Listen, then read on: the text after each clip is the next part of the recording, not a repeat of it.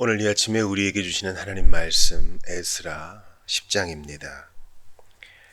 에스라가 하나님의 성전 앞에 엎드려 눈물을 흘리며 하나님께 기도하고 죄를 고백할 때 이스라엘 백성들이 남자나 여자나 어린아이 할 것 없이 큰 무리를 지어 에스라의 주위로 모여들어 다 함께 통곡하며 회개했다. 이때 엘람 가문에 속하는 여히엘의 아들 스가냐가 에스라에게 말했다. 우리가 이 땅의 이방 여인들과 결혼하여 우리 하나님께 큰 죄를 지었습니다. 그러나 그럼에도 불구하고 이 이스라엘에는 아직 소망이 남아 있습니다. 이제 우리가 에스라 제사장님과 또 하나님의 계명을 경외하는 분들의 가르침을 좇아 우리 하나님 앞에서 언약을 세워 이방 여인들과 그들이 낳은 자식들을 우리 가운데서 다 내보내기로 작정합시다. 우리 모두가 주 율법을 따라 그렇게 하도록 합시다. 자, 이제 일어나십시오. 이 일은 에스라 제사장님이 주도하셔야 합니다. 우리는 제사장님을 적극적으로 도울 것입니다. 그러니 용기를 갖고 이 일을 힘있게 추진해 주십시오. 이 에스라가 자리에서 일어나 제사장들과 레위 사람들과 온 이스라엘 백성들에게 그렇게 하기로 하겠다는 맹세를 하게 하니 그들이 모두 스가냐의 제안대로 하겠다고 맹세하였다. 그런 후에 에스라는 하나님의 성전 앞을 떠나 엘리야십의 아들 여호 하나님이 쓰는 성전 격방으로 들어갔다. 에스라는 거기서 지내면서 아무것도 먹지도 마시지도 않았다. 다만 그는 포로로 잡혀갔다가 돌아온 이스라엘 백성의 죄를 생각하며 슬피 울었다. 그때 이스라엘 백성의 지도자들은 예루살렘과 온 유다에 공포하여 포로 생활에서 귀향한 자들은 모두 예루살렘에 모이라고 했다. 만약 누구든지 사흘 안에 예루살렘에 올라오지 않으면 이스라엘 공동체에서 그를 쫓아내고 그의 모든 재산을 빼앗는다고 선포했다. 그러자 유다와 베냐민 지파의 모든 사람들이 사흘 안에 예루살렘에 다 집합했다.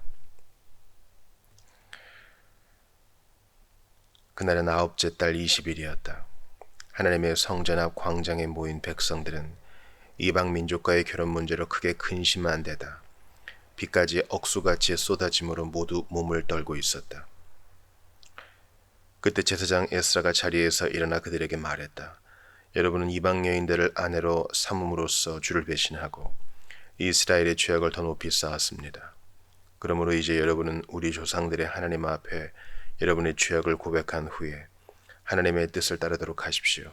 곧 주변 이방 족속들과의 관계를 모두 끊고 또한 여러분의 이방 아내들도 모두 내보내도록 하십시오. 그러자 그곳에 모인 온 무리가 큰 소리로 응답했다. 제사장님 말씀이 옳습니다. 우리 모두는 제사장님 말씀대로 따르겠습니다. 그러자 그들은 이런 제안을 했다. 지금 이곳에 모인 사람들의 수가 아주 많고 시기가 장마철이라 이렇게 바깥에 계속 서 있기가 어렵습니다. 그리고 이 문제는 하루 이틀 사이에 해결될 일도 아닙니다. 너무 많은 사람들이 이 문제에 연루되어 죄를 지었기 때문입니다. 그러므로 우리 가운데서 대표자들을 뽑아서 그들로 온 공동체의 문제를 처리하게 합시다. 곧 이방 여인을 아내로 데리고 사는 자는 누구나 지정된 시일에 자기 마을의 장로와 재판관과 함께 출두하게 합시다. 그렇게 해서 우리 하나님의 불같은 무서운 진노가 우리에게서 떠나가게 합시다.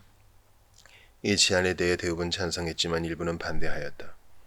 아사헬의 아들 요나단과 디과의 아들 야스야가 일어나 반대의 의견을 말하자 무슬람과 레위 사람 사부대가 그들 편에 서서 지지했다. 그러나 포로 귀한 자들은 모두 제안된 의견에 찬성하였다. 그래서 제사장 에스라는 각 가문마다 한 사람씩 최고 우두머리를 호명하여 그들에게 이 문제를 처리하도록 위임했다. 그러자 각 가문의 우두머리들은 열째 달 1일에 첫 모임을 갖고 그 문제를 본격적으로 조사하기 시작했다. 그리하여 이방 여인을 아내로 취한 이스라엘 남자들을 조사하는 그 일은 이듬해 첫째 달 1일에 마무리되었다.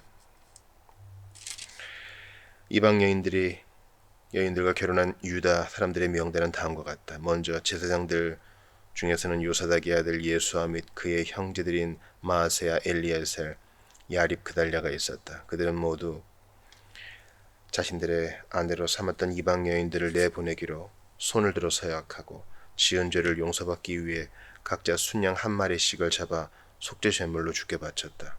인멜 가문 중에서는 하나니와 스바데가 있었고 하림 가문 중에서는 마아세야, 엘리야, 스마야, 여히엘 그리고 우시아가 있었으며 바술 가문 중에서는 엘르웬의 마아세야, 이스마엘, 느다넬, 요사밧 그리고 엘라사가 있었다. 레위 사람들 중에서는 요사밧, 시므이, 글리다라고도 불리는 글라야, 부다히야, 유다 그리고 엘리에셀이 있었다. 노리하는 성가대원 중에서는 엘리야십이 있었고 성전 문징이 중에서는 살룸, 델렘 그리고 오리가 있었다. 또 나머지 이스라엘 사람들 중에서는 바로스 가문의 라미야, 이시야, 말기야, 미야민, 엘르아살 말기야 그리고 분하야가 있었다. 엘란 가문 중에서는 마따냐, 스가리야, 여히엘, 압디, 여레못, 엘리야가 있었고 사투 가문 중에서는 엘르웬의 엘리야십, 마따냐, 여레못, 사밧, 아시사가 있었으며 베베 가문 중에서는 여호하난, 하나냐, 삿베 아들 이들레가 있었고 바니 가문 중에서는 무슬람, 말룩, 아디야, 아숲, 스알, 여레못이 있었으며 바하무악 가문 중에서는 안나, 글랄, 브나야, 마아세야, 마따냐, 부살렐, 빈누이, 문하사가 있었고 하림 가문 중에서는 엘리에셀, 이시야, 말기야, 스마야, 시므온, 베냐민, 말룩, 스마레가 있었으며 하순 가문 중에서는 마뜨네, 마따따, 사밧, 엘리벨렛, 여레메, 문하세, 시므이가 있었고 바니 가문 중에서는 마아데, 아므람, 우엘, 분하야, 베디야, 글루히, 와냐, 무레못, 에라십, 마따냐, 마뜨네, 야아수, 바니, 빈누이, 시므이, 셀레미야, 나단, 아다야, 막나드베, 사세, 사레, 아사렐, 셀레미야, 스마랴, 살룸, 아마리, 요셉이 있었으며 느보 가문 중에서는 여이엘, 마테디아, 사밧, 스비네, 이또, 유엘 그리고 분하야가 있었다. 이상은 모두 이방 여인을 아내로 취한 유다 사람들인데 그들 중에는 이방 아내와의 사이에 자녀를 낳은 이들도 있었다. 아멘. 하나님의 말씀입니다. 하나님께 감사합니다.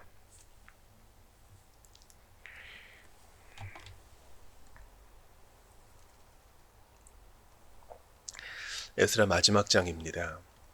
물론 에스라 느헤미야가 원문에는 하나의 책이었는데 이해를 위해서 이렇게 나누어진 것을 볼 때에 우리가 이해를 하고 참고하여서 비록 에스라의 끝장이지만 느헤미야와 연결된다. 두 책을 한 권으로 보고 한 메시지를 봐야 된다. 이것을 좀 이해하시면 좋겠습니다. 에스라 9장에서는 이제 에스라의 회개 기도가 나오죠. 왜냐하면 귀한 자들이 그렇게 하나님의 선하신가 메시지를 받았음에도 불구하고 이방 여인들과 통혼하면서 그들의 정체성을 흐렸기 때문입니다. 이것은 단순한 어떤 그 정체성의 문제, 어떤 민족의 정체성의 문제만이 아니라 하나님을 배반하고 하나님의 언약을 뒤로하며 하나님을 무시한 신성 모독의 죄라고도 할 수 있겠습니다. 무슨 결혼 문제 갖고 그럽니까? 이렇게 이해할 수도 있어요. 저도 상당히 조심스럽습니다. 왜냐하면 우리가 살아가는 이 문화는 보통은 자유연애 결혼을 많이 하잖아요. 소개를 받는다 해도 결혼은 기본적으로 당사자 간의 문제며 자유로운 선택이다 이렇게 생각하는 문화가 많기 때문에 무슨 결혼 갖고 이렇게 심각하게 금식을 하고 또 회개를 하고 또 오늘 10장 같은 극단적인 조치를 하느냐 여기에 대해 반대 의견을 가지실 분들이 분명히 있을 거예요. 그러나 이것은 성경 해석적인 면에서 봐야 되는 것입니다. 오늘 본문은 규범적으로 우리에게 주어진 것이 아니라 서술적으로 묘사적으로 어떻게 언약 공동체가 회복되었는가를 보여주기 때문에 여기서 우리가 골자를 찾아 해석을 주의 있게 해나가며 우리의 삶에 적용할 필요가 있는 것입니다.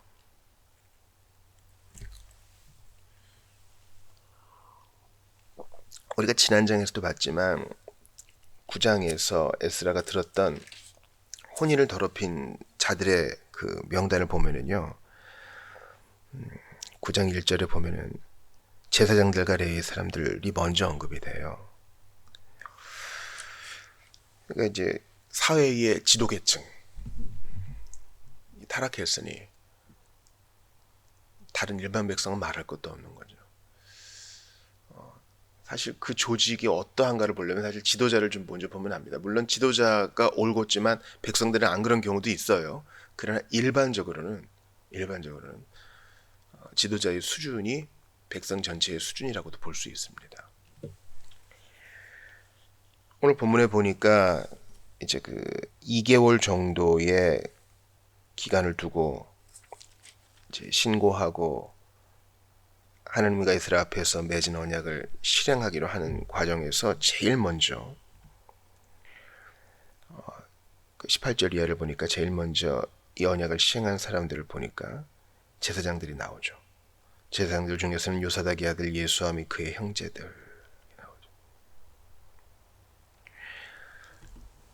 그러니까 하나님 앞에 언약을 제일 잘 지킬 것만 같은 사람들, 그렇게 기대되는 사람들이 먼저 주님께 등을 돌렸다는 겁니다. 현직에 종사하면서도. 이게 우리에게 상당한 메시지를 줘요. 여러분 그렇지 않습니까?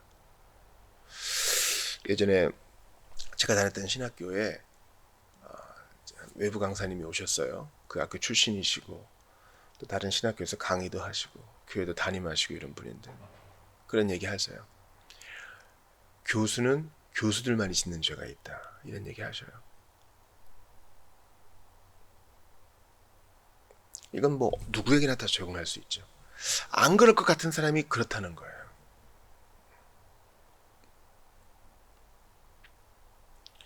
저분은 늘 저런 환경에 있으니까 절대 그런 짓은 안 할 거야. 하는 사람이 오히려 더 위험할 수 있는 것입니다. 바리새인과 서기관들, 종교 지도자들이 그랬죠. 가장 성경과 같이 붙어 있는데, 가장 경건 행위와 가장 붙어 있는데 오히려 속을 들여다보니까 9장 10장 에스라 9장 10장에 나와 있는 이 제사장들 무리처럼 속으로는 하나님을 배반하고 있었던 거예요. 아주 무서운 겁니다. 그러니까 예수님은 세리와 창기의 친구가 되시잖아요. 겉으로 보면 하나님과 별로 상관없을 것 같은데 그들의 마음은 진정 회개를 원하고 하나님과의 관계 회복을 원하고 있었던 것이죠. 그러므로 오늘 설교를 들으시는 분들 중에 직분자가 있으십니까? 저도 사실 이 본문을 연구하면서 많이 찔렸습니다. 왜냐면 에스라는 단순히 성경 좀 배워서 내가 배운 거 알려주는 그런 선생 노릇만 한 게 아니라 그것을 실천하기로 굳게 헌신했다 그랬잖아요. 직분자들이 말만 앞서고 행동과 모범이 따르지 않으면 누추해집니다. 그리고 이제 18절 이하의 이방 여인들과 결혼한 사람들이 이제 문제를 해결할 때 내보낸 명단을 보면은요 110명 정도밖에 안 돼요. 그러니까 2달 후에 대표단 선정되고 2달 후에 문제가 해결될 때 신고하고 일을 해결한 사람이 제사장 레위 사람들 가운데서 27명, 또 나머지가 83명. 귀한 자들이 그래도 몇만은 됐을 텐데 이렇게 큰 회개 운동을 하고 언약을 갱신하고 에스라는 또 금식하고 고작 110명 정도의 문제 아니냐? 아니에요. 적은 눌기 온 덩어리를 다 부풀게 하는 거 모르느냐? 그러잖아요. 마찬가지로 110명 세상의 기준으로 볼 때 아무것도 아닐 수 있으나 이스라엘 백성 언약 공동체 전체를 물들게 할 수 있는 거예요. 우리가 주님을 섬길 때 작은 일에 충성하는 것처럼 죄악도 작은 죄악도 다루는 것입니다. 그 문제 갖고 아파하며 하나님께 뒹구는 것입니다. 다시 처음으로 돌아와서 제사장 무리도 마찬가지예요. 백성을 대표하고 하나님과 백성 사이에 서며 하나님께서 지도자로 부르신 사람들은요 배나 더 자신을 돌아보고 작은 죄에 눈물을 흘릴 줄 알아야 됩니다. 그리고 회개도 빨라야 돼요. 정말 여러분 직분에 대한 사모함이 있으세요? 목회서신에 보면 이직분을 사모하는 자들이 있다 그래요. 맞아, 감사한 일이에요. 고마운 일입니다. 하나님을 찬양할 일이에요. 동시에 그가 어떤 자격이 있어야 하냐면 회개가 신속해야 돼요.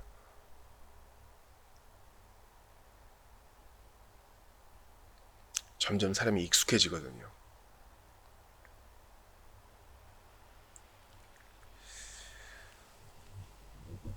또 하나 좀 여러분과 좀 보고 싶은 것은 이런 개혁과 갱신이 하나님의 백성들의 정체성을 회복하는 데 필요했다는 것입니다. 오늘 본문의 해석이 아주 중요하다 그랬죠. 아, 그러면 비신자와 결혼한 사람은 다 이혼해야 됩니까? 이런 해석이 나와요. 주중에 자비교회 설교방송 보시는 분 중에 성경을 공부해야 된다는 아우구스티누스 명제를 하나 내거니까 그런 댓글을 쓰셨어요. 성경은 공부하는 거 아닙니다. 성경은 하나님 말씀을 받고 실천하는 것이지, 성경 공부하다가 기독교가 이렇게 됐습니다 이러시는 분 계세요. 대단히 선동적인 말이고 언뜻 보면 옳은 것 같아요. 반만 맞기 때문에 틀린 겁니다. 성경은 공부해야 돼요. 바리새인과 사두개인들, 종교 지도자들 성경을 봤죠. 보기만 했을 뿐 제대로 그 의미를 찾지 못했기 때문에 예수를 알아보지 못했고 예수를 죽였으며 경건생활과 정반대되는 부패한 생활을 한 겁니다. 성경은 제대로 해석이 돼야 돼요. 그게 공부입니다. 베레아 사람처럼 이것이 어떠한가 곰곰이 따져보고 분별해야 돼요. 하나님이 우리에게 그걸 명하셨습니다. 성경을 주야로 묵상하라는 말은 그 공부, 바른 해석, 성찰 다 포함하는 것입니다. 이 설교를 들으시는 분 중에서 이혼하신 분도 있으시겠죠. 또 비신자와 결혼하신 분도 있으시겠죠. 다 이혼해야 됩니까? 아니요. 고린도 교회를 향한 사도 바울의 권면을 들어보세요. 물론 그 경우는 믿지 않은 채로 결혼했다가 한 배우자가 먼저 믿는 경우를 말합니다. 그때 바울은 뭐라 그럽니까? 당신의 배우자가 같이 살기 원하거든 데리고 사십시오. 같이 사세요. 근데 당신이 그리스도 믿은 것 때문에 싫어하고 헤어지기를 원한다면 그렇게 하십시오. 매일 필요 없습니다. 아주 간단하죠. 이 본문은 다르잖아요. 이 본문은 억지로 그냥 비신자들 사는 게 좋아 보여서 매력적이어서 신앙적인 거 하나도 없고 언약에 대한 거 하나도 없고 하나님 말씀에 대한 고찰 없고 그냥 매력적으로 보인 거예요. 잘생겨 보이고 예뻐 보이고 개성 있어 보이고 가문 좋아 보이고 돈 있어 보이고 나한테 잘해주는 것 같고 신앙 얘기만 아니면 완벽한 매치업이야. 소위 세상 말로 궁합이 너무 잘 맞아. 결혼한 거예요. 달라요. 고린도 교회를 향한 권면과 달라요. 그러므로 우리는 이러한 그 정황적 메시지에서 엑기스, 하나님께서 우리에게 주신 영적 규범을 발견해야 될 의무가 있는 것이지, 공부 안 하고 이거 보면은 문자 그대로 해석할 거 아니에요. 예수님 말씀도 그럼 문자 그대로 행할 겁니까? 네 눈이 범죄하면 빼어버리라. 다 그렇게 할 거예요? 그러면 두 눈을 다 뽑아도 해결 안 될걸요? 예수님 말씀하신 것은요, 너희가 그런 극단적인 죄악과 유혹 가운데 있을 때는 극단적으로 주님 앞에 서야지, 그렇게 대충대충 얼버무리면 안 된다, 그 얘기 하시는 거잖아요. 죄악에 과감히 맞서야 된다. 제가 그랬잖아요. 어차피 우리는 몸을 지니고 있는 동안 완전히 성화가 안 돼 이러면서 싸워보지도 않고 뵙게 될 겁니까? 아니요. 비록 내가 지는 것 같더라도 예수께서 주신 승리를 믿고 몸부림치는 거예요. 하나님 도와달라고. 그걸 통해 하나님 영광 받으시고 우리는 점점 예수님 닮아가는 겁니다. 마찬가지로 이 본문은 말라기 선지자와 같은 시대라고 할 수 있잖아요. 그 이전에 말라기도 얘기했죠. 젊은 시절에 네 아내를 다 버리고 그럴 수 있느냐. 그러니까 이들은 그 매력 때문에 자기 본처와 유대인 본처와 헤어지고 이방인 여인을 취한 거예요. 그리고 애기 낳고 희덕거리며 살다가 또 나와서는 제사장 노릇하고, 종교는 종교고 삶은 삶이야. 이런 거에 대해 꼬집은 겁니다. 그러므로 너무나 이런 것들이 팽배해 있었습니다. 110명밖에 안 되지만 이런 기운이 탁 팽배해 있었어요. 아, 그래도 되는구나. 제사장부터 하니까. 이러한 잘못된 문제에 대해서 너무나 극단적으로 잘못되어 있기 때문에 극단적으로 보이는 선택을 하는 것입니다. 그러니까 이건 율법주의도 아니고 방종도 아닙니다. 왜냐하면 율법주의가 아닌 이유는 이게 규범이 아니죠. 다 이렇게 해야 되는 것은 아니기 때문입니다. 또한 방종도 아닌 것은 이 문제를 그냥 내버려 두지도 않았기 때문입니다.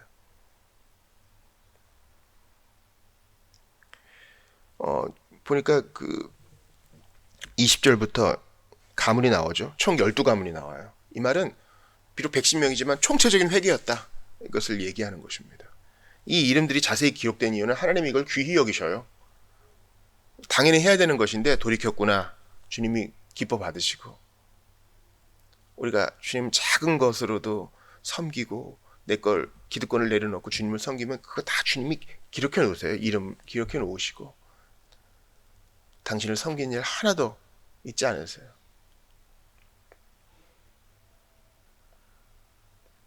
이걸 한번 우리에게 적용해 보자고요. 우리는 이렇게 하나요?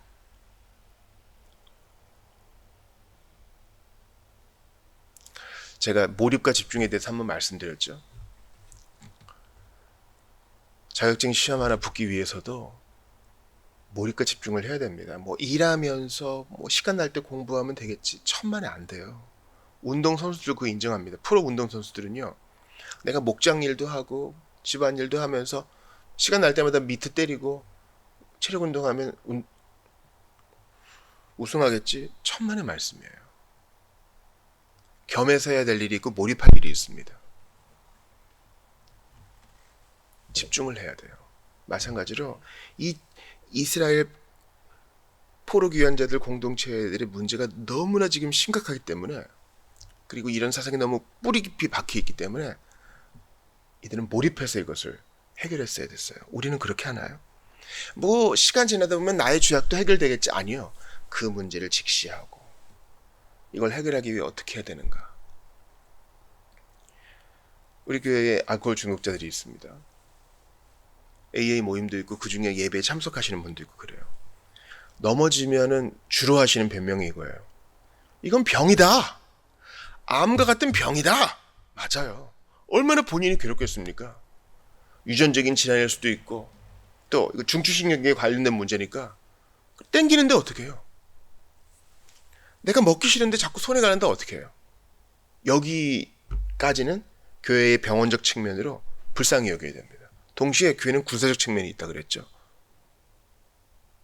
제가 무조건 백기 들고 두 손 들고 항복할 게 아니라 그러잖아요.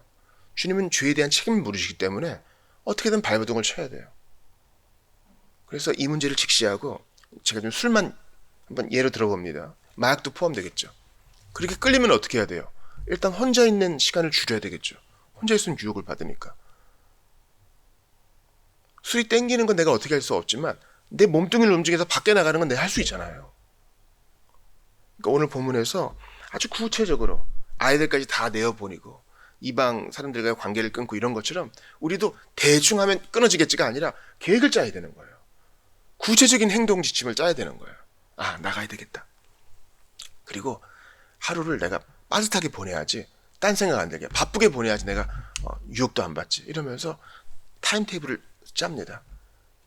아침 먹기 전에는 무슨 일을 하고 아침 먹은 다음에 어디를 나가고 점심 때는 누구와 같이 식사를 하고 저녁에는 어디 모임에 나가고 일은 어떻게 하고 쉬는 건 어떻게 하고 그렇게 해야 딴 생각을 안 해요. 또 계획을 짤 수 있겠죠. 진짜 유혹을 받을 때 어떻게 해야 되나. 아, 내가 힘들 땐 전화를 하자.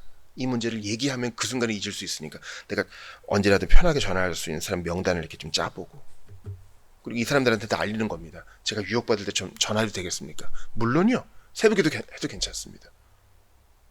이렇게 구체적으로 몰입해서 플랜을 짜야 이것을 절제할 수 있을까 말까예요. 저는 감히 단언하건대 보디발의 아내에게 유혹받았던 요셉도 분명히 플랜을 짰을 거라 생각해요.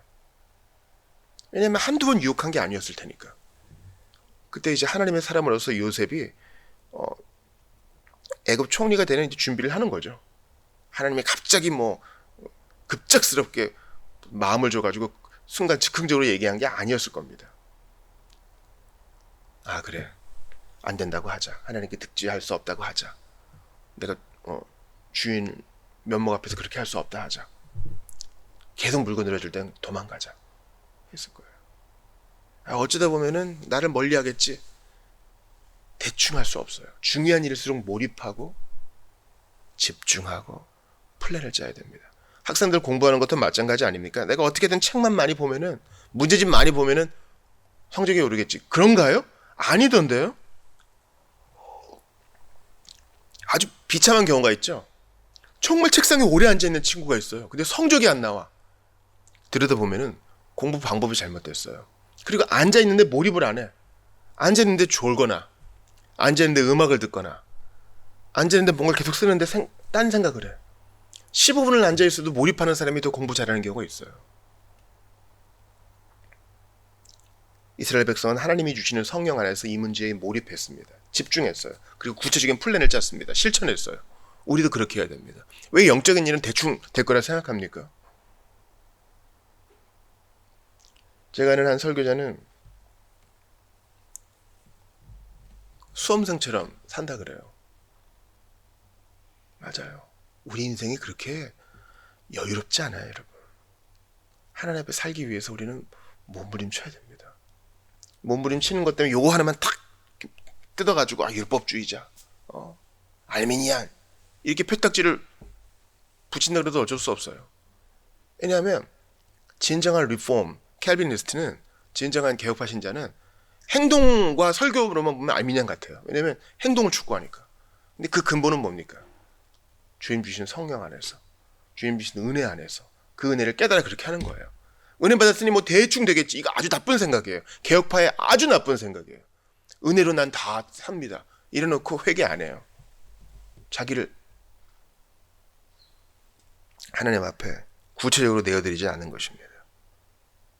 그러므로 오늘 본문을 통해서 우리가 적응점을 분명히 찾아야 돼요. 44절 보세요. 이상은 모두 이방 여인을 아내로 취한 유다 사람들인데 그들 중에는 이방 아내와의 사이에 자녀를 낳은 일도 있었다. 자기 정력대로 결혼한 거 이제 정리를 하는 거죠. 이건 이혼을 장려하는 것도 아니고 멀쩡한 사람을 내쫓는 것을 장려하는 것도 아닙니다. 하나님께 순종하는 데 있어서 아주 구체적이어야 된다는 거예요. 금연을 하고 싶습니까? 그럼 계획을 짜야죠. 성경을 통독하고 싶습니까? 계획을 짜야죠. 마음만 있으면 다 돼. 꼭 그렇지는 않더군요. 그러므로 여러분께 제가 권면합니다. 율법주의와 방종 사이에 균형을 잘 잡으셔야 돼요. 내가 이렇게 계획을 짜고 실천하고 집중하는 게 은혜로 인한 것인가, 아니면 내가 사람들에게 인정받으려고 하는 것인가. 동시에 방종도 조심해야 돼요. 나 몰라, 나 모르겠고 하나님 알아서 하세요. 이것도 안 좋은 자세예요.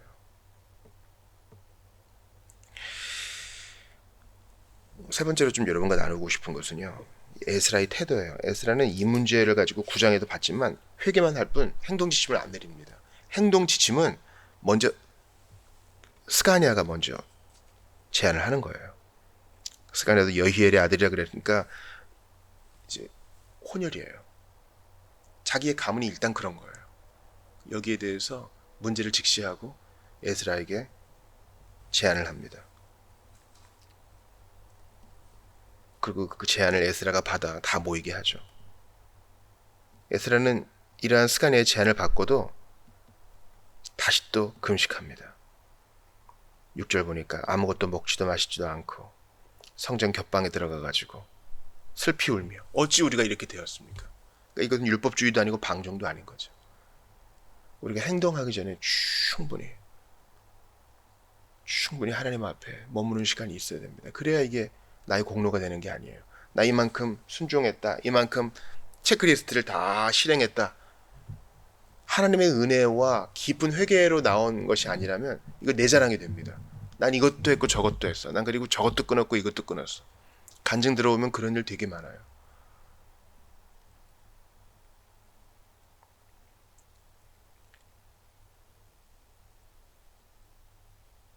우리 구주 예수님을 생각해 봅니다. 우리 예수님의 그 사복음서의 말씀을 들어보면요, 율법주의적으로 들리는 것 같은 말씀이 있어요. 그죠?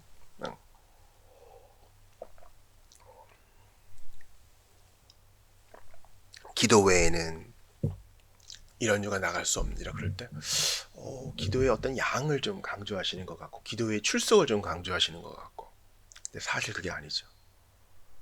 주님은 귀신 들려 괴로워하는 이 세상의 문제를 직시하셨습니다. 방종하지 않으셨어요. 근데 그 문제를 해결할 때 기도를 많이 하라는 기도의 형식화라는 율법주의에도 빠지지 않으셔요. 그분은 먼저 세상을 불쌍히 여기는 마음, 하나님의 은혜를 받는 마음을 우리에게 허락하시고, 그 문제를 직시하게 하시고 플랜을 짜게 하시며 행동하게 하세요. 우리 예수님은 지나치게 감정적인 분도 아니시고, 행동만 촉구하는 의지에만 호소하시는 분도 아니세요. 또 지성만 있으면 다 된다고 나이브하게 생각하시는 분도 아니세요. 우리 예수님은 전인격을 통합하시고 구원하시는 분이십니다. 우리가 섬기는 예수님은 좋은 분이에요. 그리고 오늘도 이 새벽에 올곧은 정신으로 마치 에스라가 귀한 공동체의 전체 문제를 직시하고 가슴 아파했듯이 오늘 우리에게도 같은 마음을 주십니다. 너의 개인적이고 또한 교회적이고 사회적인 문제 앞에 너 정신을 차리고 일단 들여다봐라. 그리고 너도 골방 가서 울어라. 거기서부터 행동이 시작될 것이다 말씀하세요. 요즘 저의 모토 중 하나는